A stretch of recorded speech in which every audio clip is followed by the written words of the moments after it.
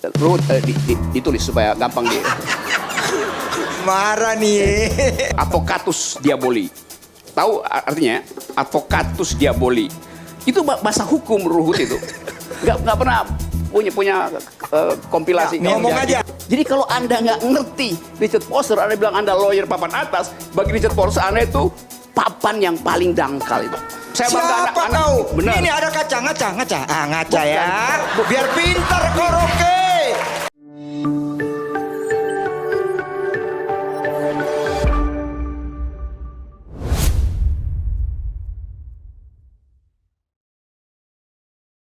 Nah ini akibatnya kalau pertanyaan itu ditunda sampai hari ini. Karena berubah jawabannya? Berubah pasti. Karena pada waktu itu belum ada anak STM. Kalau sekarang yang paling pinter lah anak STM. STM itu jadi koagulan. Nah, tahu nggak istilah koagulan? Tahu bahasa kita, Bang? Gini bahasa ya. kita. Ini kalau ini berserakan kayak minyak berserakan, nanti ada zat ditaruh di situ, dia ngumpul ini, dia narik zat yang lain itu. Namanya koagulan itu. Membuat jadi agulasi itu. Nah, STM ini adalah koagulan.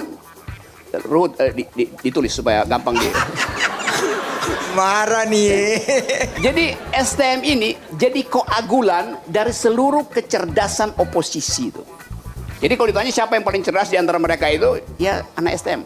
Karena dia mampu untuk mendefinisikan situasi hanya dengan melihat cover majalah Tempo. Dia udah ngerti semiotik dari kecurangan dan segala macam bohong. Dia nggak perlu baca Tempo. Nanti ada menteri bilang, Anda baca Tempo STM. Kami nggak perlu baca Tempo. Kami tahu apa artinya Pinocchio itu. Jadi itu kecerdasan publik ada di situ tuh.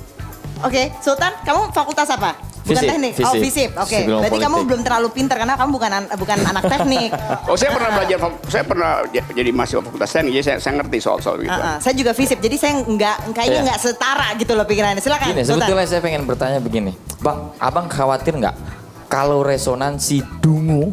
Tunggu, kata resonansi itu, lu tulis resonansi itu. Nah, ini yang pengen saya tanyakan. Masih dendam. Kata-kata dungu ini, apakah resonansinya itu tidak penghakiman, Bang? Ada ego intelektual. Jadi saya coba membela Bang Ruhut ini dari tadi dihakimi terus kan kira-kira begitu. Oke, jadi Anda berupaya untuk membela dia sambil menjadi devil's advocate saya, advocatus diaboli. Tahu artinya? Advocatus diaboli. Itu bahasa hukum Ruhut itu. Nggak pernah punya kompilasi. Ngomong aja. Saya kebetulan lawyer papan atas. Jadi jangan kau ajari ikan berenang. Ngomong aja. Ayo silakan. Ngomong aja. Oke. Ada lawyer paling tinggi di dalam taraf intelektual namanya Richard Posner.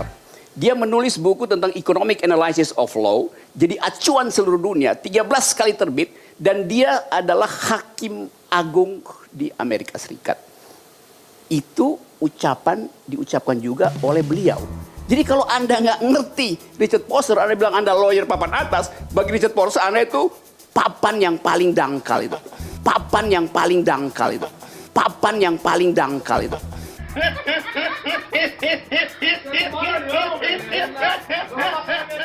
Anak saya umur 14 tahun, bacaannya lebih hebat dari kau. Oke. Ya Rocky. Ya, bagus itu. Jadi nggak usah bangga kau. karena itu, saya bangga Siapa anak-anak. kau? Benar. Ini ada ngaca. Ngaca ya. Biar pintar kau, Rocky. Kau nggak pernah ngaca, jadi ngomong sembarangan saja. Ya, ini caranya. Makasih Rocky. Ini kan tadi bukan soal pribadi. Ini bukan soal pribadi, di sini kita nggak. Tapi pengennya nih kenapa nih dia justru nggak nyambung gitu kalau ngomongnya sama kita kan? Itu ada di pesan Sultan. Iya, kita harus berlari lah, Bang. Jangan persoalan-persoalan pribadi. Karena begitu, Bang. Yang saya khawatirkan justru ada cara yang dipakai oleh banyak intelektual kemudian. Gini ya, saya nangkap itu poinnya itu. Oke. Di Prancis diajarkan tentang reasoning, logical fallacies dari umur SMP. Sehingga dia bisa berbantah-bantahan dengan anggota MPR ini. Bukan saya ingin lihat pribadi, itu. bukan serang-serang pribadi ya, Bang. Bukan serang pribadi. Jadi sistem pendidikan kita mau menghindari ketajaman argumentasi. Seolah-olah menganggap kalau tajam argumentasi itu tidak sopan. Sekarang saya terangkan. Sopan santun itu adalah bahasa tubuh. Pikiran tidak merupakan sopan santun. Pikiran yang disopan santunkan dalam politik itu artinya kemunafikan. Mas Budi, langsung aja Mas, Iya. singkat.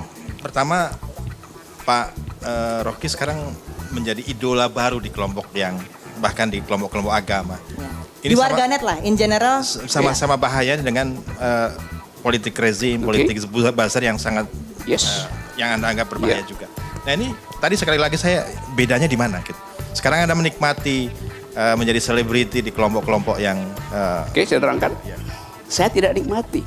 Posisi saya terhadap pluralisme, terhadap religi nggak berubah. Saya kasih ceramah di Ngeruki, di sarang yang disebut sarang teroris segala macam tuh. Dia bertengkar dengan saya dengan argumen. Bahkan teman-teman Anda semua yang liberal itu yang sekarang bertengkar dengan sentimen.